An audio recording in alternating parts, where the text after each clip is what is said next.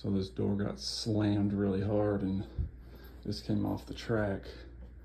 The roller was all the way in the back. So I sent this scope back here to find it, get an eyeball on it, and then sent this magnet back there that I made up.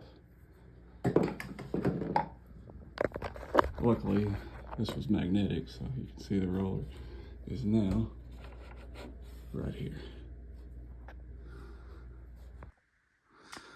All right, so once I got that roller fished out of there, there was no way to avoid popping off this trim.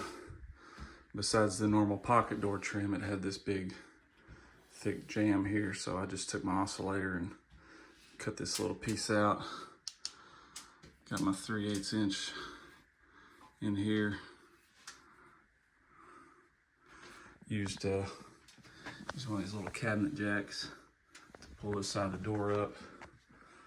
Managed to get it started up here and then just got it dialed in. Just got a little 3/8 inch right there. So now I just got to put this piece back, put this trim back, a little caulk, cover up those nail holes, and we're good to go. This works.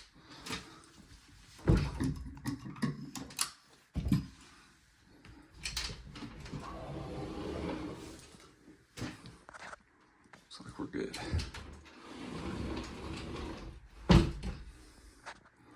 Feels a little stiff. I might work on it a bit.